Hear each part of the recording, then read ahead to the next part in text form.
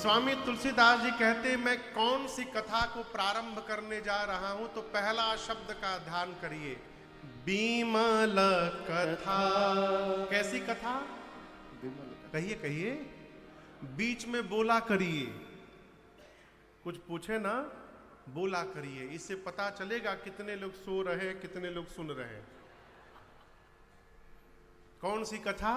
विमल कथा। विमल का मतलब जानते हैं? विमल माने जिसमें कोई मल ना हो, मल यानी विकार। जिस कथा में कोई विकार न हो, जो कथा निर्मल हो, पवित्र हो, सुचिता से संपन्न हो, वो उस कथा का नाम है विमल कथा।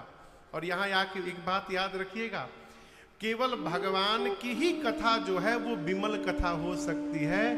दूसरी बात, भगवान की ही कथा भी हो सकती है, जीव की कथा नहीं होती, जीव की केवल व्यथा होती है।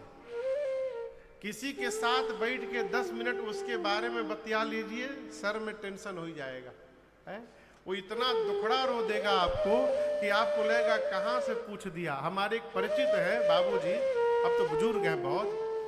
मैं एक बार उनके पास गया, चाचा जी आप भी जानते हैं, मैं नाम नहीं लूंगा क्योंकि वहां कथा चल रही होगी तो समझ जाएंगे हमारे बारे में बता रहा है।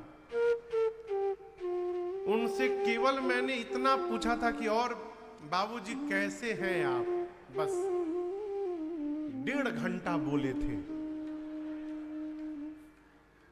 बिना आपको पता है किसके बारे में बोल रहा हूं? नहीं मालूम?